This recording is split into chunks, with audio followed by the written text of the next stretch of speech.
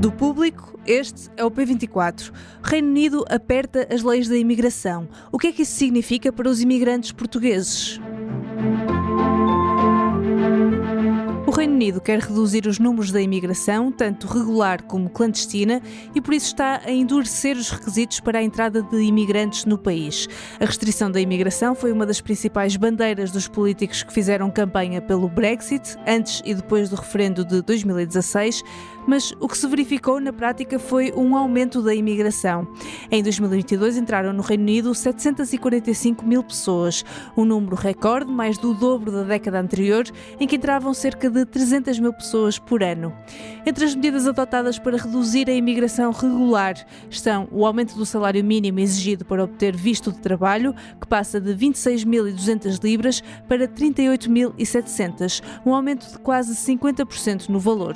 Os trabalhadores do setor da saúde e da prestação de cuidados vão ficar isentos deste valor, mas caso não o ganhem, vão ser impedidos de levarem familiares dependentes para o país.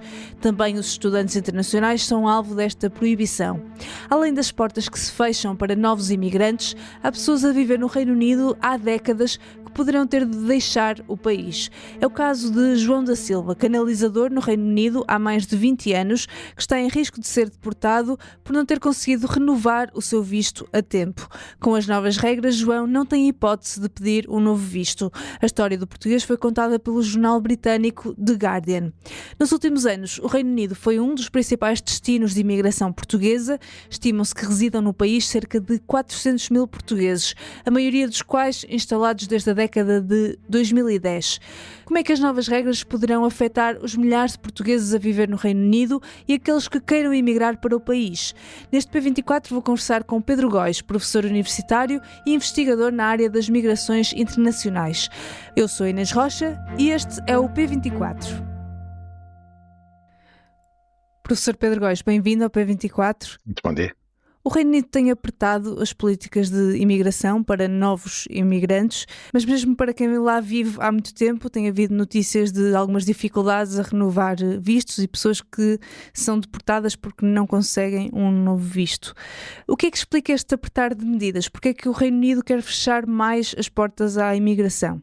Bem, estamos em pleno efeito negativo do Brexit, não é? Quando há a saída do Reino Unido da União Europeia, há todo um conjunto de parcerias, de acordos, de convenções entre os países que caducam e, portanto, voltamos a um nível zero onde é necessário renegociar todo esse processo.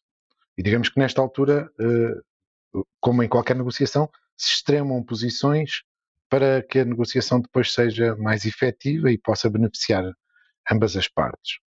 No caso português, nós, de alguma forma, somos mais generosos com os ingleses que decidiram viver aqui. No Reino Unido, os que já estavam no território do Reino Unido e de alguma forma, estavam integrados na sociedade, tiveram poucas dificuldades. Aqueles que estavam num limbo, ou que parte do seu processo de regularização não estava concluído, têm tido algumas dificuldades e os novos imigrantes deixaram de ter o volume a que estávamos habituados nas décadas anteriores. Portanto, há aqui toda uma renovação daquilo que é a nossa relação migratória com o Reino Unido, que está ainda particularmente sensível para que possamos negociar o que cada um de nós pretende que aconteça no futuro. Mas olhando para as medidas concretas que vão entrar em vigor agora em março, abril, o governo britânico vai aumentar o salário mínimo necessário para que as pessoas possam ter um visto de permanência. Passam a ter que ganhar no mínimo 38.700 libras. Isto põe em causa uma grande fatia da imigração, até mesmo para investigação académica, por exemplo, que normalmente não chega a este nível salarial. Isto poderá ter impacto também na imigração portuguesa para o Reino Unido, para o tipo de pessoas que consegue emigrar para este país? Tem com certeza, até porque nem todos os portugueses que residem no Reino Unido terão esse nível salarial nos primeiros anos em que trabalham no país e alguns nunca o atingirão, porque a nossa migração no Reino Unido é muito segmentada, ou seja, temos banqueiros e temos empregados de limpeza a partilhar esta imigração. De alguma forma, é uma medida populista que visa responder a alguns anseios da população, no sentido de retirar os imigrantes do uso do sistema de welfare britânico. Eh, A consequência para a economia britânica é que muitos destes profissionais que deixaram de entrar no país já fazem falta em algumas profissões e, portanto, a economia começa a desacelerar por essa via. Em termos gerais, o plano é responder a esta ansiedade das gerações mais velhas do Reino Unido, que sentiam que estavam a ser invadidas, que não estavam, mas a economia vai reagir criando novas necessidades para novos trabalhadores. Vimos isso logo no início do processo do Brexit com os camionistas, mas hoje já vimos isto com os motoristas de autocarros, com os trabalhadores de limpezas, com muitos profissionais de laboratório, com a indústria a necessitar de novos trabalhadores que não estão presentes no mercado de trabalho. Portanto, isto tem consequências e normalmente o mercado de trabalho vai obrigar os governos a diminuírem esta exigência que nesta altura têm e a readequarem-se para que se reequilibre as necessidades de oferta e procura. O professor tem estudado nos últimos anos os fenómenos de imigração de portugueses para o Reino Unido. Por isso, gostava que me traçasse assim um cenário. Como é que esta imigração evoluiu ao longo dos tempos e como é que lhe parece que vai agora evoluir, tendo em conta estas novas medidas? Bem, sim, de uma forma geral, talvez a melhor imagem foi travou a fundo. Houve uma necessidade de voltar a procurar novos destinos migratórios que surgissem como alternativa ao Reino Unido, porque deixou de ser possível migrar com a facilidade que existia anteriormente. E como eu disse, nós temos várias camadas de migrantes portugueses no Reino Unido. Temos migrantes que estão lá desde os anos 60 e que estão muito já integrados na sociedade inglesa ou na sociedade do Reino Unido em geral. Temos migrantes que foram chegando ao longo da última década e temos aqueles que chegaram imediatamente antes do Brexit e que apanharam todos estes efeitos de uma forma distinta das gerações anteriores. Os que eu sinto que estão a sofrer mais com este processo são os menos qualificados. Aqueles que hoje, para os quais foi criado um conjunto de restrições legislativas, entre os quais, obviamente, a obrigatoriedade de um salário mínimo, que é um salário bastante elevado, que os impede, na prática, de entrar no mercado de trabalho. Para os mais qualificados, os altamente qualificados têm relativamente poucas dificuldades, e para algumas profissões, digamos que passamos agora por uma curva em U, houve uma descida brusca da sua procura e agora voltamos a ter uma procura, como é o caso dos enfermeiros ou dos profissionais de saúde, de uma forma geral. Portanto, são situações muito diversas dentro desta realidade. Por exemplo, para os investigadores em início de carreira ou para os doutorandos, este processo é um processo que condiciona muito a sua migração para o Reino Unido e, portanto, as alternativas começam a ganhar volume, seja a Holanda como o grande novo destino, seja os países da Escandinávia, que começam também a atrair muita gente para frequentar mestrados e doutoramentos, ou seja, há uma substituição de países da Europa continental que vão substituir o Reino Unido dos anos 2000 e seguintes.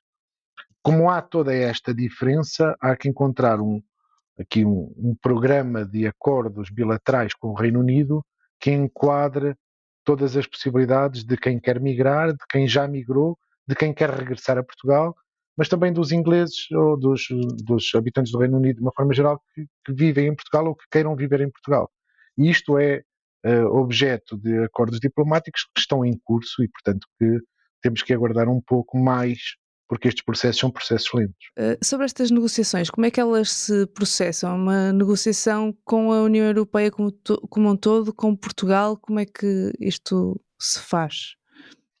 Estas negociações são seguramente bilaterais e multilaterais, ou seja, Portugal tem dossiês que lhe interessam especificamente e alguns deles nós já resolvemos. Por exemplo, os turistas ingleses, que são muito importantes para Portugal, não passaram a ter maiores dificuldades de acesso ao país após o Brexit, e portanto isso é algo que funcionou muito bem e que foi imediatamente acordado. Em cada dossiê haverá aqui negociações diferentes. Ou seja, nos dossiês que envolvem a mobilidade de pessoas, há já canais para que haja uma circulação temporária de trabalhadores entre os países, mas a migração permanente está ainda muito condicionada. Imagino que haja aqui esta negociação seja, por um lado, lenta para ser efetiva e, por outro lado, dependa de muitas variáveis e ela seja complexa porque há aqui muita interligação entre os dossiês. E Portugal, como membro pleno da União Europeia, tem também que ter em conta os interesses dos outros Estados da União Europeia. Portanto, isto tende a ser um processo lento. Mas com este ambiente anti-imigração e com este governo, parece-lhe possível que estas leis possam ser revertidas brevemente ou parece-lhe difícil que isso aconteça? Parece-me difícil nesta altura, sim, porque não será possível privilegiar Portugal em detrimento de outras origens. Há aqui uma outra nuance, que é privilegiar países da União Europeia em favor ou em desfavor da Commonwealth e dos seus habitantes, tem hoje também algumas consequências políticas no Reino Unido e, portanto, há aqui uma preferência por haver um afunilamento para olhar para a Commonwealth como o grande centro de origem da futura migração, mas eu creio que o bom senso imperará e que o Reino Unido necessita de trabalhadores europeus de diferentes profissões e diferentes segmentos para que a sua economia continue a persistir no futuro. E, portanto, eu imagino que vai demorar algum tempo, temos aqui um intervalo nesta nossa relação plena com o Reino Unido, mas daqui por alguns anos teremos de volta muitos dos diplomas, dos acordos que estavam em vigor antes do Brexit. Claro que há aqui muita confusão entre o que é esta imigração que atravessa o canal, que é aquela que está muito em cima da mesa, ou seja, os migrantes que tentam entrar de uma forma forçada no país, e a imigração portuguesa que se faz aterrando em Gatwick ou em Heathrow e depois encontrando trabalho e permanecendo de forma legal no país. E, portanto, esta diferença também acabará por ser revertida para acordos. E o caso da saúde parece-me um caso interessante, é uma espécie de um cavalo de Troia para Portugal, porque os enfermeiros e as enfermeiras portuguesas têm uma reputação de trabalhadores de grande qualidade e grande dedicação e são insubstituíveis porque não há mais profissionais do mesmo tipo disponíveis no mercado global. Portanto, imagino que através do acordo para algum tipo de profissionais consigamos ampliar depois esses direitos para mais pessoas. Em alguns casos, uma parte da imigração portuguesa nas últimas décadas era uma migração também do pequeno job, ou seja, o trabalho no bar, o trabalho no restaurante, o pequeno trabalho na agricultura ou na indústria. Esse sim tende a desaparecer ou a pelo menos desacelerar bruscamente nos anos que faltam. Professor Pedro Góes, muito obrigada. Muito obrigado a eu. Um bom dia. E mais logo, como todos os dias de segunda a sexta-feira, há novo episódio de Soundbite. Ana Sá Lopes e Helena Pereira comentam a atualidade política com moderação de Ruben Martins. Não se esqueça de fazer seguir na plataforma onde ouve. É tudo por hoje. Este episódio foi editado por mim, Inês Rocha. A música é da Ana Marcos Maia. Tenham um bom dia e até amanhã.